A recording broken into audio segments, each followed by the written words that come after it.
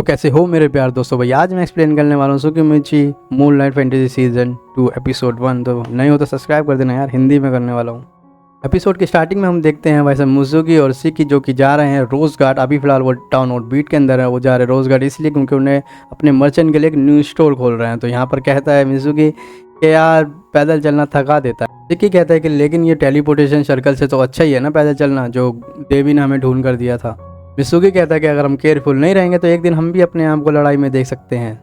और वो कहता है अगर ऐसा हुआ तो ये सब भगवान की गलती होगी।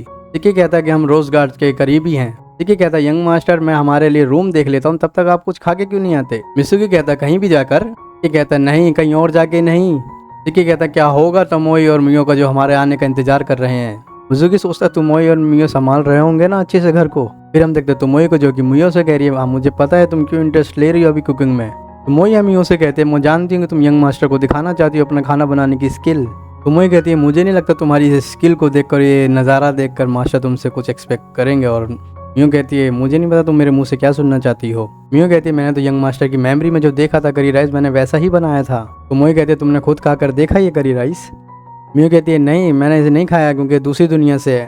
तोमोई कहती है तुमने यंग मास्टर से कभी पूछा कैसे बनाते हैं ये। मियो कहती है मैंने नहीं पूछा, मैं तो उनको सरप्राइज देना चाहती थी। मियो कहती है ये खाना कितना अच्छा लग रहा था मास्टर की मेमोरीज में। मियो फिर वो खुद खाती है करी राइस और कहती है क्या ये सच में इतना गंदा है। तोमोई मियो से कहते तुम्हारे लिए इस वर्ल्ड में हर चीज़ खाने के लिए है, बट हर कोई नहीं खाता ऐसा। मियो फिर गुस्सा हो जाती है, कहते कि हाँ मुझे पता है खाना कैसे पकाया जाता है और कैसे आग यूज़ करी जाती है। तोमोई कहती है ये लो ब्रेड और मेरे लिए इसे सेक कर लाओ। मियो फिर अपनी डार्क फ्लेम से ही ब्रेड को टोस्ट करने लग जाती है, पर उसकी पावर से ही पूरी ब्रेड जल जाती है। तोमोई कहती है अभी खाना बनाना तुम्हारे लिए बहुत दूर की बात है। फिर हम देखते हैं मिजुमी को जो एक होटल के अंदर ब्लू मीट खा रहा है। मिजुमी यहाँ पे ब्लू मीट खा रहा है और कह रहा है कि भाई इसका यूनिक टेक्सचर है बट मुझे बहुत अच्छा लगा। और वेटर यहाँ चौंक जाता है मैजिक से लिखी हुई चीज़ों को देखकर।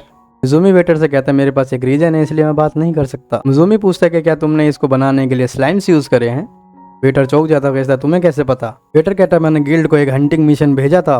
वेटर मिजुमी से कहता है अगर तुम एडवेंचर हो तो क्या तुम मेरे लिए वो कर सकते हो। मिजुमी कहता है मैंने गिल्ड में रजिस्टर कर रखा है बट मैं अभी एक व्यापारी की तरह काम कर रहा हूँ। मिजुमी कहता है मैं अभी ट्रैवलिंग कर रहा हूँ रोज गार्ड के लिए। वेटर कहता है ये तो बहुत लंबी जर्नी है और भाई साहब बाकी जो खाना खा रहे होते हैं वो लोग उसे घूर रहे होते हैं मिजुमी को। मिजुमी भी उन सब की तरफ देख लेता है। मिजुमी वेटर को एक गोल्ड कॉइन देता है जिसे देखकर वो चौंक जाते हैं। यार इनके नज़र में तो गोल्ड कॉइन बहुत ज़्यादा है। सब लोग उसकी हरकत को ये देखकर चौंक जाते हैं और वो वेटर कहता है क्या तुम सच में दे रहे हो मुझे ये गोल्ड कॉइन। टाउन के सारे लोग मिजुमी का फेस देख के उसको उल्टा सीधा बोल रहे होते हैं। मिजुमी कहता है मैंने डिसाइड करा था मैं मास्क नहीं पहनूंगा बट अब मुझे लगता है मैंने गलती कर दी। मिजुमी यहाँ पे गिल्ड में आ चुका और गिल्ड वाला कह रहा तुम कह रहे हो कि तुमने एक स्पेशल मिशन करा है लेवल 1 और रैंक ई पर रहकर। सब लोग उसकी बात लेकर चौंक जाते हैं और वो कहते हैं कि किसी वजह से शायद इसका लेवल अप नहीं हो पा रहा है। मिजुमी यहाँ फिर मिशन देखता है स्लाइम हंटिंग का जो कि रैंक बी पर है। पीछे से एक लड़की आवाज़ आती है जो कहती है कि मैंने कहा था तुमसे कि मून हमारे महल पर हमला कर रहा है।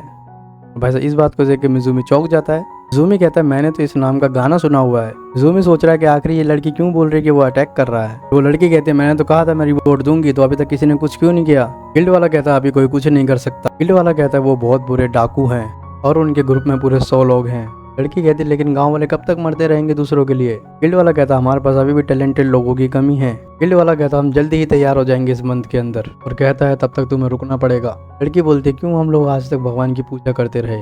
फिर 2 गिल्ड वाले आ जाते हैं उस लड़की के पास और कहते हैं लगता है भगवान को तुम्हारी पूजा कम पड़ गई। लड़की कहती है गॉड हमसे नाराज है क्योंकि तुम्हारे जैसे लोग बहुत हैं। मिजुमी यहाँ सारा कुछ सुन रहा होता है और वो कहता है भगवान का गुस्सा। मिजुमी कहता है भगवान ने जो कुछ भी मेरे साथ किया मुझे नहीं लगता वो इतना बुरा था। गिल्ड के मेंबर कहते हैं हम तुम्हारा वो काम कर देंगे एक बड़ी स्पेशल प्राइस के लिए। लड़की फिर मिजुकी के सामने आ जाती है और कहती है प्लीज हटो। मिजुमी कहता है मुझे पता था कि मैंने गलती कर दी है वहाँ गोल्ड का सिक्का देकर। मिजुमी फिर अपनी पावर यूज करता है और देखता है कि 3 लोग फॉलो कर रहे हैं उसे कब से। मिजुमी कहता है और गिल्ड के 4 लोग छोड़ के चले गए। फिर हम देखते हैं उसी लड़की को जो गिल्ड में रिक्वेस्ट लेकर आई थी और ये तीनों के तीनों उसे परेशान कर रहे हैं। और एक बंदा मिजुमी के अटैक से बच जाता है और वो कहता है कि ये डीमन जैसे दिखने वाला आदमी दूसरे लोगों को बचाने आया है। मिजुमी फिर सबको मार देता है। मिजुमी कहता है क्या मैं उसे देख सकता हूँ। लड़की कहती है क्या तुम सच में डेमी ह्यूमन हो। मिजुमी कहता है मेरे आने का तरीका मत देखो, मैं सच में एक इंसान हूँ। मिजुमी फिर अपने हीलिंग मैजिक से उसको ठीक कर देता है। फिर हम देखते हैं सुकीयुमी सामा को जिसने हीलिंग पावर दी मिजुकी को। मिजुमी कहता है मैं एक एडवेंचर हूँ पर अभी मैं एक व्यापारी की तरह काम कर रहा हूँ। वो लड़की कहती है मुझे माफ़ कर दो तुमसे ऐसे बातें करने के लिए। फिर वो लड़की अपना नाम बताती है, इसका नाम है लाना और जो उसके साथ में उसका नाम है ईटो और वो एक वेयरवुल्फ है। मिजुमी भी चौंक गया है, वो कह रहा है वेयरवुल्फ। ज़ूमी लाना से पूछता है कि तुम तो कह रही थी कि तुम्हारे गांव पे मून ने अटैक कर दिया है। लड़की कहती है हाँ। ज़ूमी कहता क्या तुम सच कह रही हो? तुम वेट नहीं कर सकती ग्रुप का उस प्रॉब्लम को हटाने के लिए? लाना बोलती है द टॉर्चर्ड बार्कलेस सन, और वो कहती है कि उन्होंने उसकी वाइफ को भी मार दिया। लाना बताती है कि दूसरे गांव वाले भी परेशान हैं उन लोगों से और वो लोग भी अपनी सप्लाइयाँ देते हैं। लाना कहती है उन्होंने जिस भी गांव में पैर रखा उन्होंने वहाँ कत्लेआम करा है। लाना फिर रोते हुए कहती है कि टापा विलेज इज ओवर, और फिर ईटो भी उठ जाता है और वो कहता है क्या गिल्ड वाले हमारी हेल्प करेंगे?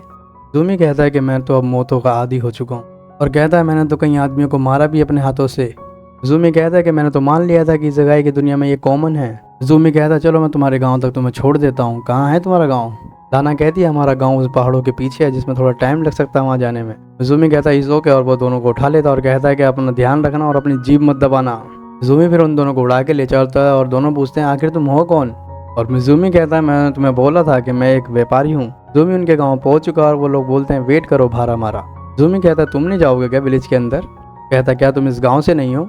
ईटो कहता है मेरा गांव जंगलों के अंदर है। तो बोलता है कि कुछ ही लोग मुझे पसंद करते, बाकी लोग तो विलेज में मुझे घुसने भी नहीं देते। ईटो यहाँ मिज़ूमी से कहता क्या तुम्हारे पास इतनी सेंस ऑफ शक्ति है कि तुम बता सकोगे इस विलेज में क्या हो रहा है?